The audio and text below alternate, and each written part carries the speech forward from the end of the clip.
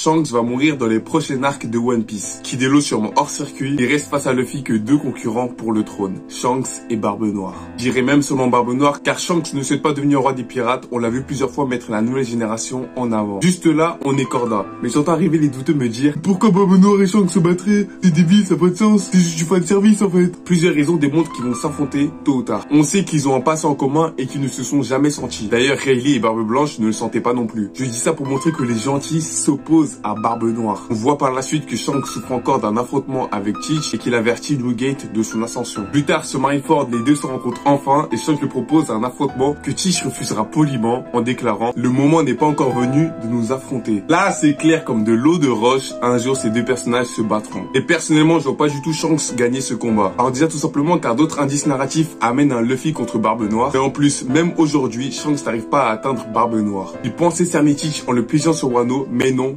Barbe Noire semble toujours avoir un coup d'avance sur lui. Ajoute à cela le fait que la plupart des monstres de puissance actuels sont des gentils. En plus d'être des monstres, ils sont tous ultra proches de Luffy. Des personnages foncièrement méchants mais qui sont officiellement ultra puissants. J'en compte que deux, Barbe Noire et Akainu. Donc rien qu'en termes d'équilibre de force, il y a un problème d'enjeu. Car concrètement, le camp des gentils est beaucoup plus puissant que celui des méchants. C'est aussi pour ça que je pense que Garp ne fera pas long feu sur la ruche. Et enfin, dernier argument, je ne vois pas Luffy rendre son chapeau à Shanks. Si le Luffy actuel voyait Shanks, il lui rendrait son chapeau. Car aujourd'hui, c'est un grand pirate, c'est un empereur, et Luffy souhaite encore lui rendre son dû. Cependant, rien que l'équipage des Mugiwara sans Mugiwara, ça n'a plus de sens, et je parle même pas du logo du manga même. Voilà pourquoi je pense que